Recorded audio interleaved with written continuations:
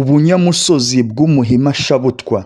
Rwabugiri amaze gutera inkore yagarukiye i Masaka, agaruka abuze Ntare n'inka Nyaga, kuko Ntare yari yahunze agahungisha n'inka zose zo mu Nkore. Rwabugiri agaruka afite agahinda, abwira ingabo ze ati dutahe ariko tuzagaruka vuba. Aza Inkore yose atunguka mu rugo rwe rw'Igatsibo k'Imitoma, ahamara iminsi mike. Agisakara naho ahamara iminsi mike. Agikabuye ka Jabana ahava ajya i Kigali cya Nyamweru. Agezeyo aragisha, ni ukuvuga araguriza intsinzi yo gutsinda Ntare. Imana zera ko azamutsindira ku Kamonyi. Ubwo aboneza ajyayo, acumbika ku mwari kwa Kazanenda ka Mushoza, ari we yise Muziranenge, aharugera Ntare. Ariko iryo roga baryita ko yamurashe.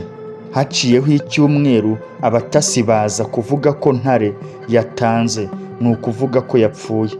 Rwabugiri ava ku Kamonyi ajya mu rwihisho i Rurambo kwa Rwamuhunga, dore ko kera umwami wo mu mahanga yapfaga uwo mu Rwanda akajya mu rwihisho ngo uwo wapfuye atamukuriramo nawe agapfa.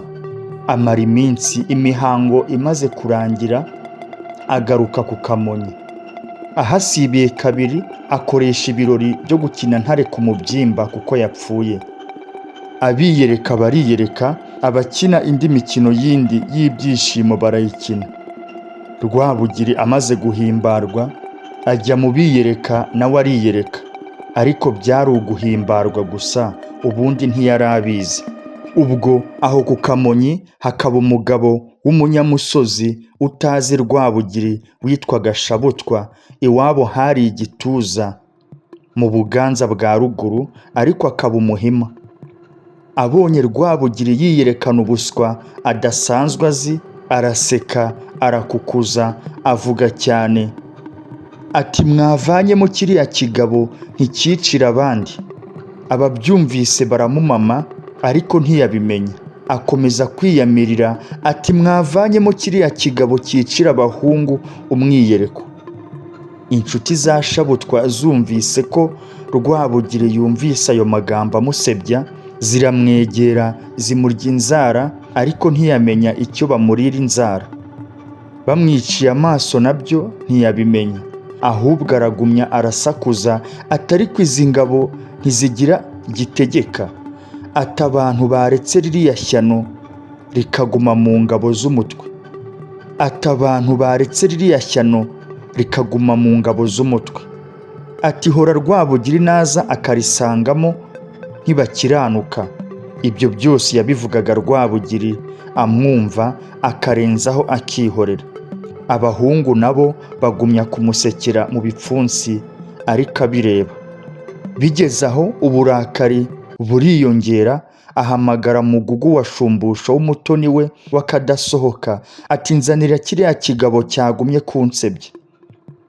Shabutwa arafatwa, bamuzanira Rwabugiri. Ageze imbere ye, Rwabugiri aramubaza ati cyo sha, uretse wowe ninde wundi wampangara akamvana mu ngabo zanjye?